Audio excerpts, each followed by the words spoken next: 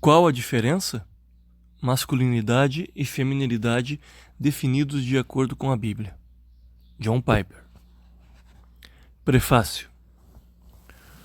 Por anos, tenho notado com crescente inquietação a poluição de muitas mentes cristãs pela doutrina do feminismo. Creio que essa é uma poluição bem mais perigosa do que a maioria tenha percebido, e eu, ao lado de, ao que lamentavelmente me parece, outros poucos, tenho tentado soar o alarme de todas as maneiras possíveis. É um alívio para mim que John Piper fez aquilo que, há muito, era gravemente necessário: esclarecer as diferenças fundamentais, definindo-as, não de acordo com a moda, mas de maneira bíblica e com bom senso. Ele fez mais que isso. John percorreu muito da confusão que surge de uma leitura desatenta de passagens bíblicas difíceis e nos mostrou a verdadeira libertação que vem de uma humilde submissão ao plano original de Deus. Acredito que sua tese soa como verdadeira para a masculinidade ou a feminilidade em cada um de nós. Elizabeth Elliot. Capítulo 1. Qual a diferença? Quando eu era um menino amadurecendo em Greenville, Carolina do Sul, meu pai passava mais ou menos 2/3 do ano longe de casa. E, enquanto ele viajava pelo país pregando, nós orávamos. Eu, minha mãe e minha irmã mais velha. O que aprendi naqueles dias é que a minha mãe era onicompetente. Ela cuidava das finanças, pagava todas as contas e lidava com os bancos e credores. Houve uma época em que gerenciou uma pequena lavanderia informal. Ela era uma pessoa ativa no conselho de administração de parques e jardins, serviu como superintendente do departamento de adolescentes da nossa Igreja Batista do Sul e ainda gerenciou algumas propriedades imobiliárias. Ela me ensinou a cortar a grama, emendar um fio elétrico, arrancar grama bermudas pela raiz, pintar o forro da casa, encerar a mesa da sala de jantar com um pano de camurça, a dirigir um carro e evitar que as batatas fritas ficassem saturadas de óleo ao fritá-las. Ela me ajudou a fazer mapas para a aula de geografia, me mostrou como fazer uma bibliografia, como preparar um projeto de ciências sobre eletricidade estática e me ajudou a acreditar que aprender Álgebra 2 era possível. Ela lidou com os pedreiros quando adicionamos um porão à nossa casa e, mais de uma vez, ela mesma pegou a pá para cavar. Nunca me ocorreu que haveria algo que ela não soubesse fazer. Uma vez escutei que mulheres não suam, elas brilham. Não é verdade. Minha mãe suava e gotejava na ponta de seu comprido e pontiagudo nariz. Às vezes, ela apenas ignorava o suor em suas mãos enquanto empurrava um carrinho cheio de turfa. Ou então, ela limpava com a manga da blusa enquanto dava uma pausa dos golpes da foice. Mamãe era forte. Lembro-me dos seus braços ainda hoje, depois de 30 anos. Eram grandes e no verão ficavam bem bronzeados. Porém, nunca me ocorreu pensar que o meu pai e a minha mãe estavam na mesma categoria. Ambos eram fortes, ambos eram inteligentes, ambos eram bondosos, ambos me davam beijos e ambos me davam palmadas, ambos eram pessoas que sabiam se comunicar bem, ambos oravam com fervor e amavam a Bíblia. Mas, indiscutivelmente, meu pai era um homem e minha mãe era uma mulher. Eles sabiam disso e eu também. E não era principalmente um fato biológico. Era, acima de tudo, uma questão de pessoalidade e dinâmica relacional. Quando meu pai voltava para casa, ele era claramente o líder do lar. Ele liderava as orações à mesa. Ele reunia a família para um tempo devocional. Ele nos levava à escola dominical e aos cultos. Ele dirigia o carro. Ele levava a família ao banco em que nos sentaríamos. Ele tomava a decisão de irmos almoçar na lanchonete Howard Johnson's. Ele escolhia uma mesa, ele chamava a garçonete, ele pagava a conta. Era com ele que teríamos de nos entender se quebrássemos alguma regra familiar ou se faltássemos com respeito à mamãe. Esses eram os tempos mais felizes para a mamãe. Como ela se alegrava em ter o papai em casa. Ela amava a sua liderança. Mais tarde, aprendi que a Bíblia chama isso de submissão. Porém, uma vez que meu pai estava ausente a maior parte do tempo, mamãe costumava fazer muitas dessas coisas da liderança também. Assim, nunca me ocorreu que liderança e submissão tinham qualquer coisa a ver com superioridade e inferioridade. E tão pouco tinha a ver com músculos e habilidade. Não era uma questão de capacidades e competências. Tinha a ver com algo que eu, enquanto criança, não saberia sequer explicar.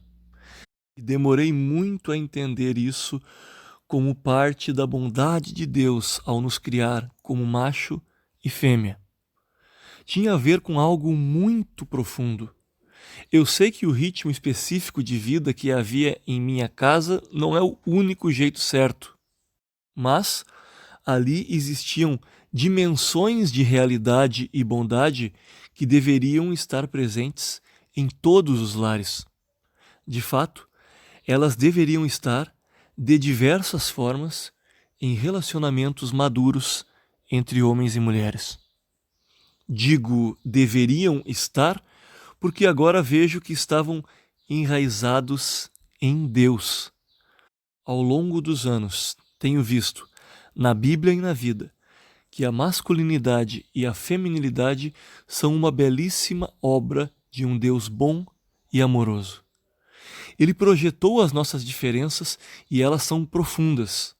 Não são meros pré-requisitos psicológicos para uma união sexual. Elas vão à raiz da nossa personalidade. Este ensaio é uma tentativa de definir algumas dessas diferenças, como Deus as deseja, de acordo com a Bíblia. Permita-me dar uma palavra sobre esta frase, de acordo com a Bíblia. O subtítulo deste livreto é Masculinidade e Feminilidade definidos de acordo com a Bíblia.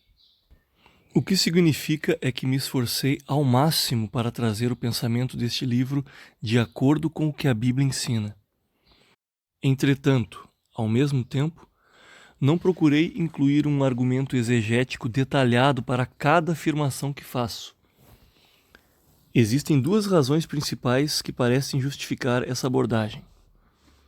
Primeiramente, para alcançar os propósitos deste pequeno livro, me pareceu melhor apresentar a versão bíblica de masculinidade e feminilidade da maneira mais clara e concisa possível, e deixar o debate técnico detalhado para outras publicações.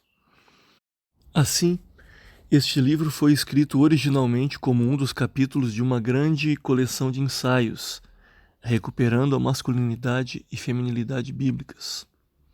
E nesse trabalho maior, fornecemos um detalhamento exegético que sustenta a visão deste trabalho menor. Também tenho tentado, em artigos, sermões e trabalhos inéditos, dar uma explicação confiável dos fundamentos bíblicos que exponho aqui. Em segundo lugar, tentei incluir argumentação bíblica suficiente nesse ensaio para, especialmente nas notas de rodapé, mostrar por que creio que esta visão de masculinidade e feminilidade está, de fato, de acordo com a Bíblia. Espero que fique claro que minhas reflexões não são criação de uma mente independente, mas o fruto de uma árvore plantada firmemente no solo da meditação constante na Palavra de Deus. Em terceiro lugar, a experiência me tem ensinado que há duas maneiras de recomendar uma visão de masculinidade e feminilidade.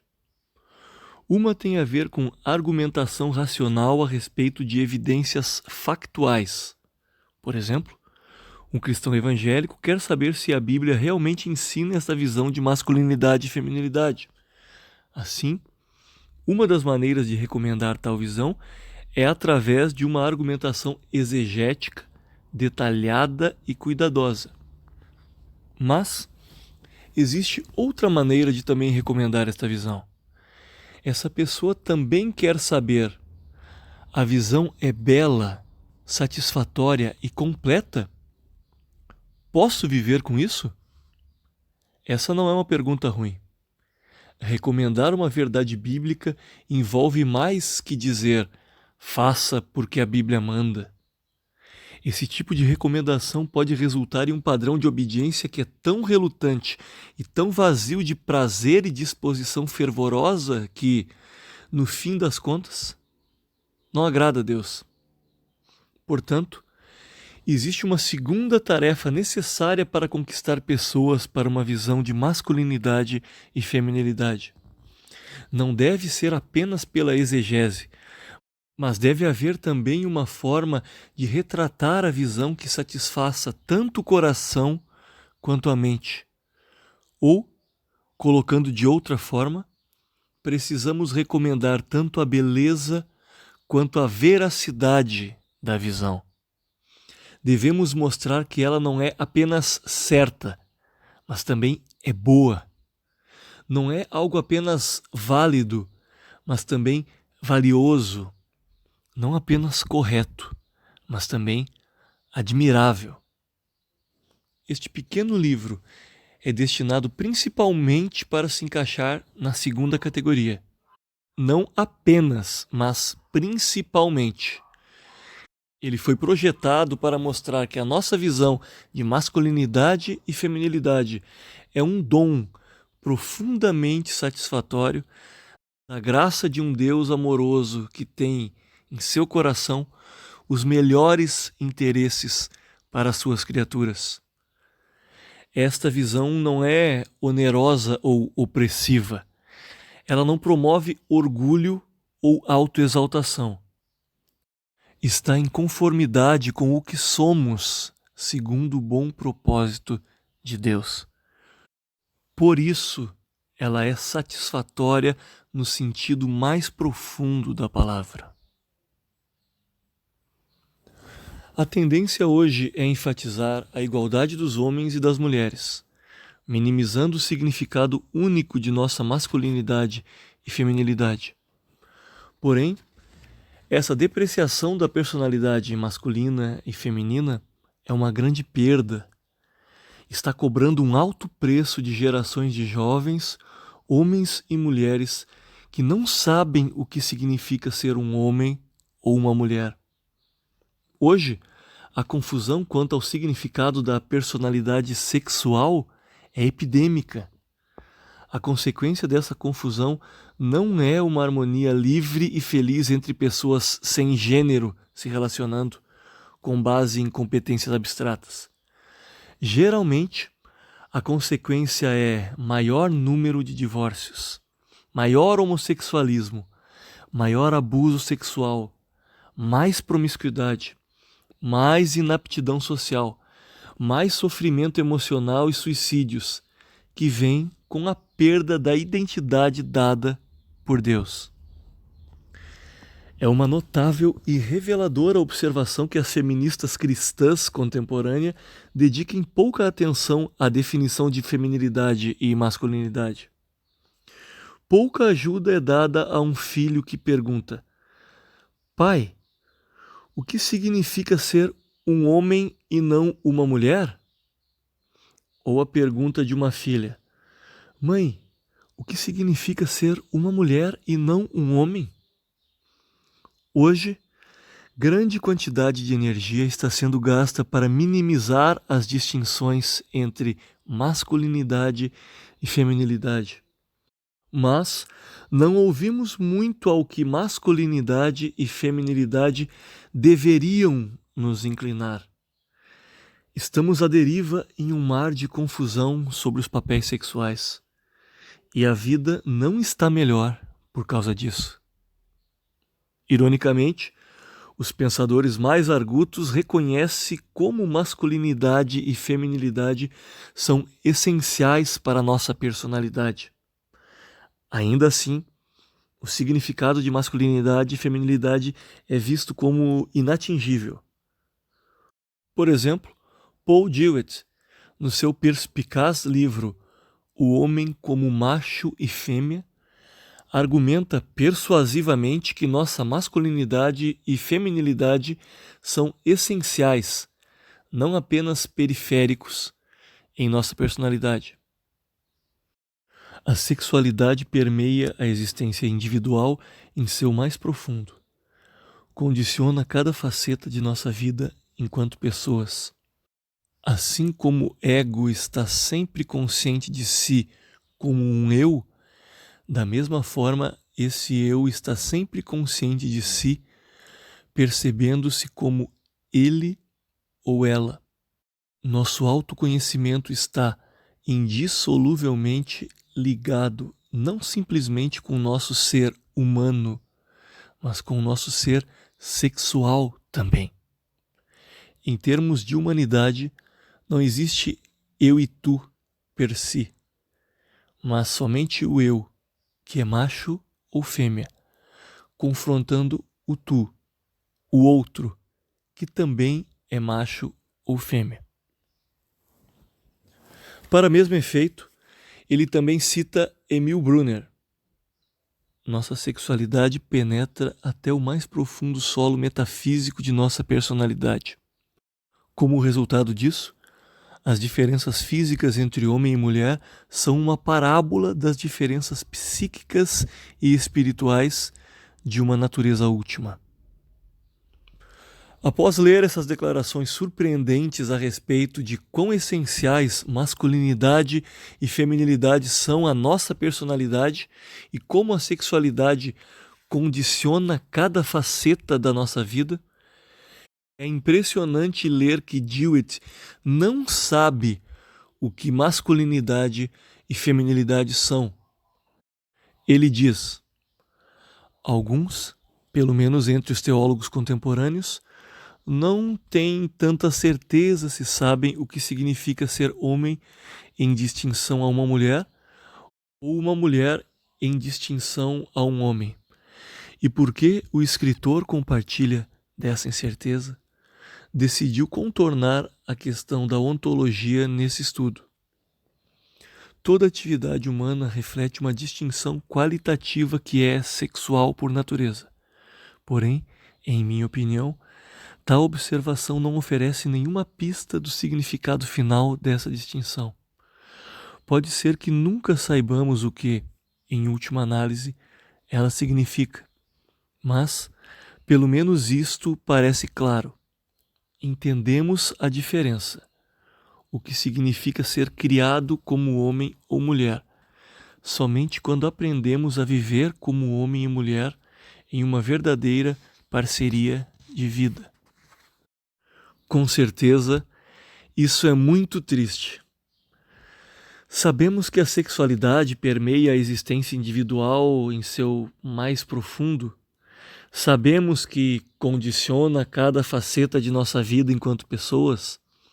Sabemos que cada encontro eu-tu é um encontro não de pessoas abstratas, mas de machos ou fêmeas. Sabemos que as diferenças físicas nada mais são que uma parábola da personalidade masculina ou feminina. Mas, infelizmente, não sabemos quem somos como macho e fêmea. Somos ignorantes quanto a essa dimensão onipresente de nossa identidade. Mas, o que dizer da prescrição que Jewett oferece como esperança diante da impressionante ignorância sobre quem somos? Ele sugere que descobriremos quem somos como homem ou como mulher quando experimentarmos uma verdadeira parceria como homem e mulher. O problema com esse argumento é que não poderemos saber o que é uma verdadeira parceria até que conheçamos a natureza dos parceiros. Uma verdadeira parceria deve ser um retrato verdadeiro de quem os parceiros são. Uma verdadeira parceria deve levar em conta a realidade sexual que condiciona cada faceta de sua vida. Simplesmente não podemos saber o que é uma verdadeira parceria até que saibamos o que de fato permeia a existência individual em seu mais profundo. Se somos verdadeiramente ignorantes sobre o que a verdadeira masculinidade e feminilidade são, não poderemos prescrever o que seria a natureza de uma verdadeira parceria. A agitação sexual da nossa cultura não surpreende quando descobrimos que os nossos melhores pensadores cristãos afirmam não saber o que masculinidade e feminilidade são e, mesmo assim, reconhecem que estão entre os aspectos mais profundos da personalidade, que condicionam cada faceta das nossas vidas.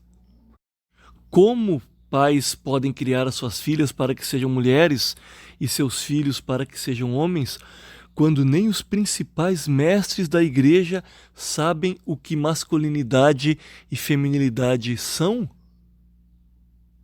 A convicção por trás deste ensaio é de que a Bíblia não nos deixa na ignorância quanto ao significado da personalidade masculina e feminina.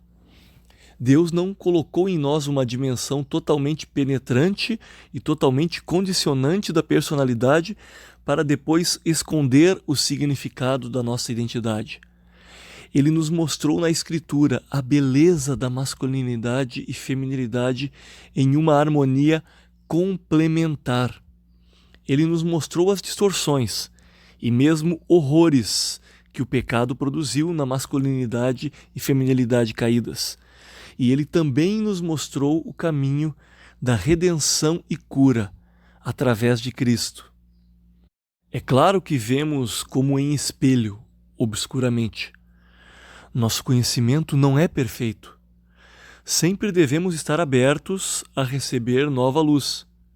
No entanto, não estamos tão à deriva a ponto de não termos nada a dizer à nossa geração sobre o significado da masculinidade e feminilidade e as suas implicações em nossos relacionamentos. O que entendemos é que a Bíblia revela a natureza da masculinidade e feminilidade ao descrever as diferentes responsabilidades que cabem ao homem e à mulher, enquanto as fundamenta na criação e não no que é convencional. Quando a Bíblia nos ensina que homens e mulheres cumprem papéis diferentes em relação um ao outro, dando ao homem um papel único de liderança, isso se baseia não na diferenciação de normas culturais temporárias, mas em fatos permanentes da criação. Vemos isso em 1 Coríntios 11, 3 a 16, especialmente nos versos 8 e 9. Porque o homem não veio da mulher, mas a mulher do homem. Tampouco o homem foi criado por causa da mulher, mas sim a mulher por causa do homem. E em Efésios 5, 21 a 33, especialmente nos versículos 31 e 32. Por isso o homem deixará pai e mãe e se unirá à sua mulher, e os dois serão uma só carne. Esse mistério é grande, mas eu me refiro a Cristo e à Igreja. Nota de rodapé. O ensino de 1 Pedro 3, 1 a 7 sobre a diferenciação de papéis não se baseia explicitamente na ordem da criação, mas também não é baseado em convenção. Mulheres, do mesmo modo, cada uma de vós seja submissa ao marido, para que também, se alguns deles não obedecem à palavra, sejam ganhos sem palavra alguma pela conduta de sua mulher, a observarem vossa conduta pura em temor. O que vos torna belas não deve ser o enfeite exterior, como as tranças dos cabelos, as joias de ouro ou o luxo dos vestidos, mas sim o íntimo do coração, com um espírito gentil e tranquilo, que não perece e tem muito valor diante de Deus. Pois no passado, as santas mulheres que esperavam em Deus também se enfeitavam assim e estavam submissas ao marido. Era dessa forma que Sara obedecia a Abraão, chamando-lhe de Senhor. Dela sois filhas, se fizerdes o bem sem nenhum temor. Da mesma forma, maridos, vivei com elas a vida do lar, com entendimento, dando honra à mulher como parte mais frágil e herdeira convosco da graça da vida, para que as vossas orações não sejais impedidas. Mesmo com a diferenciação de papéis não se baseando explicitamente na ordem da criação, está enraizada no exemplo de mulheres santas que esperaram em Deus. Verso 5. Sara é citada como exemplo de submissão não porque ela consentiu com o desejo de Abraão para que fingisse ser irmã dele, que seria um surpreendente exemplo de submissão, o que talvez esperássemos que Pedro usasse, mas porque ela disse meu Senhor quando pensava casualmente sobre seu marido. Isso parece sugerir que a raiz da submissão de Sara era uma profunda lealdade à liderança de Abraão, que se manifestou sem coerção ou pressões públicas. Na Bíblia, os papéis diferenciados para homens e mulheres nunca são rastreados até a queda do homem e da mulher em pecado.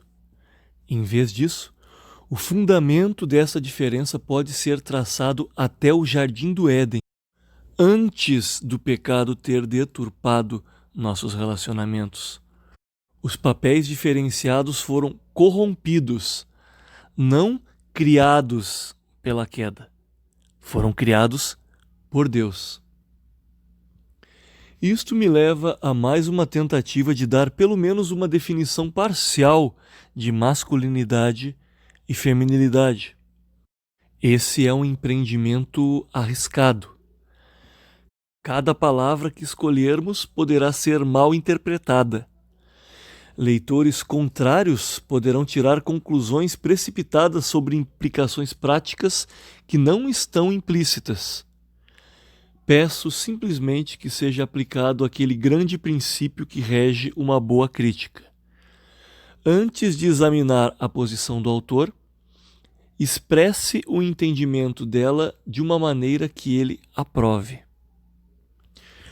Quero submeter as seguintes descrições de masculinidade e feminilidade à consideração. Será muito importante lê-las à luz dos comentários subsequentes. Estas não são descrições exaustivas de tudo o que a masculinidade ou feminilidade significam. São apenas uma tentativa de chegar ao coração, ou, pelo menos, a um aspecto indispensável da masculinidade e da feminilidade. No coração da masculinidade madura, há um senso de responsabilidade benevolente para liderar, sustentar e proteger mulheres de maneira apropriada aos diferentes relacionamentos do homem. No coração da feminilidade madura, há uma disposição libertadora de afirmar, receber e cultivar a força e a liderança de homens dignos de maneira apropriada aos diferentes relacionamentos da mulher.